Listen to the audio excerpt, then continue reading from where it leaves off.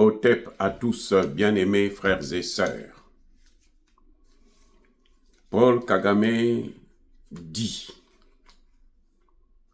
à la Grande-Bretagne, la Belgique, les États-Unis et le Canada: Go to hell. Just go to hell. Allez vous faire foutre, allez au diable, allez vous faire, comme vous, tout ce que vous voulez. Je vous emmerde. Canada, là il cite directement, Canada, États-Unis, Belgique et Grande-Bretagne. Il dit, je m'en fous de vous. Paul Kagame s'est retrouvé seul, avec un peuple martyrisé, des Tutsis qu'il a détruit l'image dans le monde entier. Eh oui, c'est ça que les gens n'ont pas compris.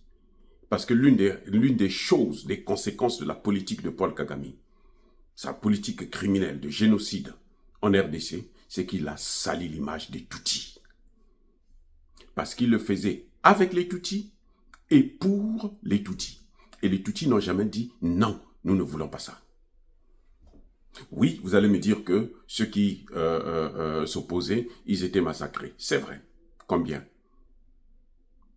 Quand vous comptez sur une population de 100, il y a une seule personne ou deux qui disent non, c'est négligeable. On s'en fout éperdument. Ils sont donc tous pareils. La majorité l'emporte. Les amis, Paul Kagame a détruit l'image des Tutsis et des Rwandais.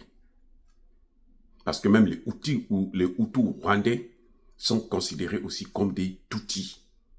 Donc, des potentiels criminels. Et vous voyez que Kagame, maintenant, s'en fiche, il insulte les pays. Il est descendu si bas. Tshisekedi a dévoilé, a déshabillé Paul Kagame. Il a montré la nudité de l'homme que les gens considéraient comme étant un demi-dieu. Parce qu'il y a un pasteur du Congo-Brazzaville qui est allé à Kigali pour dire « Après Jésus, c'est Paul Kagame ».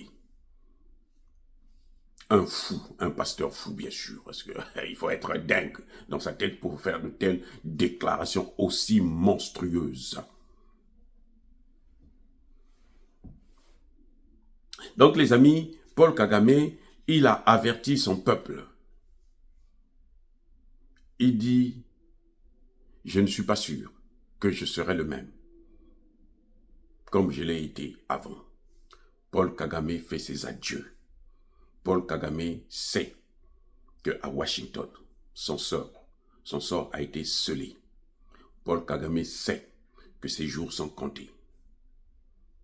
Eh oui les amis, Paul Kagame le sait et il le sait très bien. C'est pour ça que vous voyez qu'il insulte tout le monde. C'est pour ça que vous voyez qu'il se permet de citer même les noms. Oui, nous, ça ne nous regarde pas.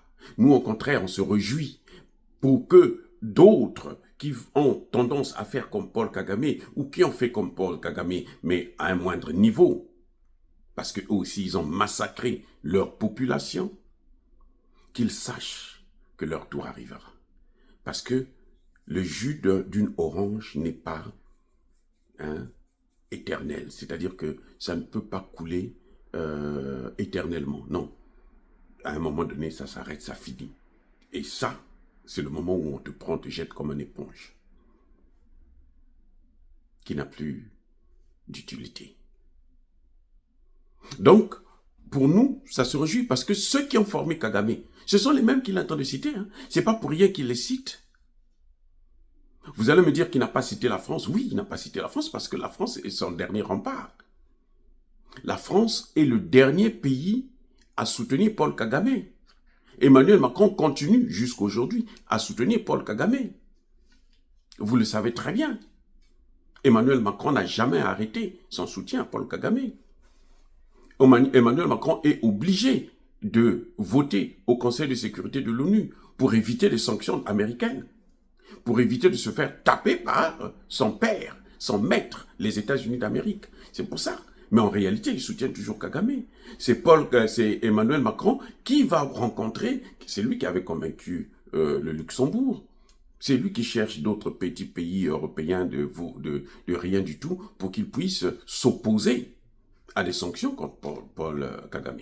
C'est Emmanuel Macron qui maintient le mémorandum que l'Union européenne a signé avec le Rwanda sur l'achat des matières premières, des mines du sang, des mines que Kagame vient voler au Congo démocratique en massacrant des pauvres populations. Donc vous voyez, ce genre de comportement, c'est un adieu. C'est un adieu aussi par rapport à ce qui se passe exactement sur le terrain. C'est un adieu aussi par rapport à la visite de Boulos. Massad Boulos n'a pas mâché ses mots devant Paul Kagame. Et c'est pour ça qu'il sait que ses jours sont comptés, les amis. Paul Kagame ne pouvait pas tenir un tel discours où il devient carrément vulgaire et grossier. Un imbécile de dernier cri. Mais malgré ça, il ne pourra plus arrêter la roue qui tourne. Soyez bénis, abondamment bénis par le Dieu des Kémites et par nos ancêtres angélisés. Mais que tous ceux qui persécutent le continent africain, le pillent et le déstabilisent, qu'ils soient noirs, blancs, chinois, arabes, juifs, indiens, qui qu'ils soient punis, maudits, foudroyés, neutralisés, écrasés, effacés par le Dieu des Kémites et par nos ancêtres angélisés. Vive l'Afrique éternelle, j'ai dit et j'assume.